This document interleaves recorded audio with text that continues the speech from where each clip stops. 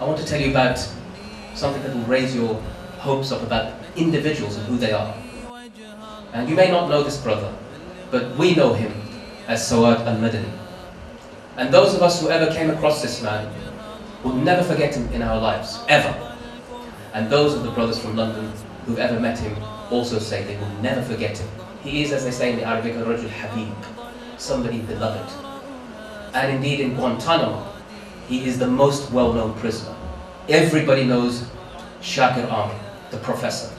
He's not a professor, brothers and sisters. He hasn't even passed grade school. But he's one of the most intelligent, strong, powerful, and emotive brothers you will ever come across.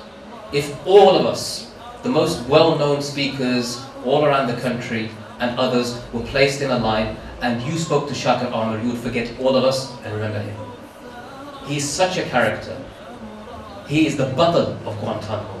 The right word to translate this word is hero, but hero is just too pathetic.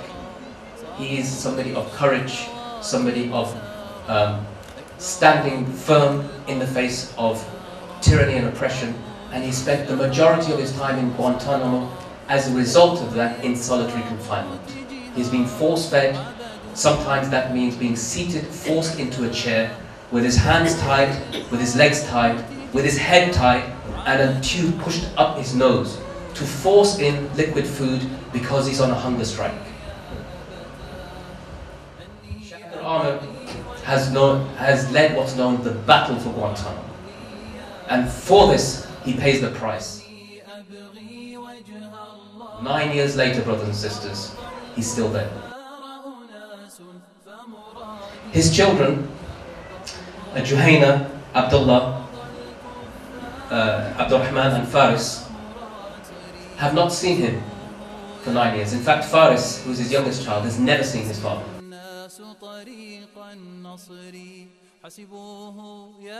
Shakir Aamer himself, in addition to the qualities he has as a man, somebody who speaks Arabic, somebody who is an Arab, from Medina, from the city of Medina al-Munawwar. That's where he was born and raised and lived most of his life until he came to the UK and got married to his sister here. In addition to that, his qualities precede everything that I've told you about.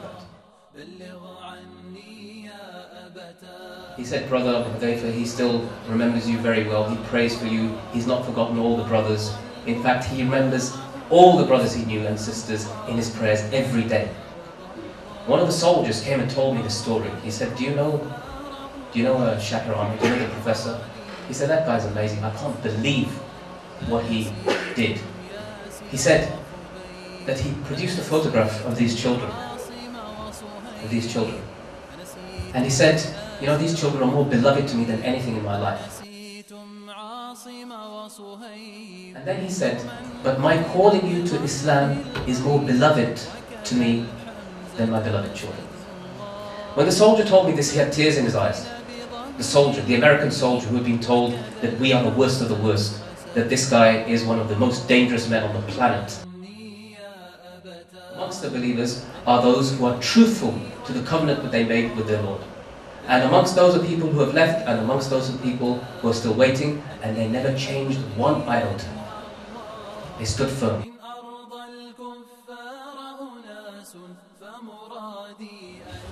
And you know, she wouldn't speak to me because she was crying. And she was crying because she remembered me, and she remembered that the last time she saw me, she saw her father. Think about this, brothers and sisters. Think about this, sisters. Think about this. Think about your sister and your relatives.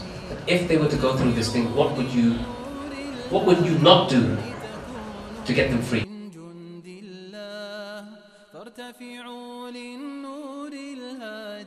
لتكونوا من جند الله.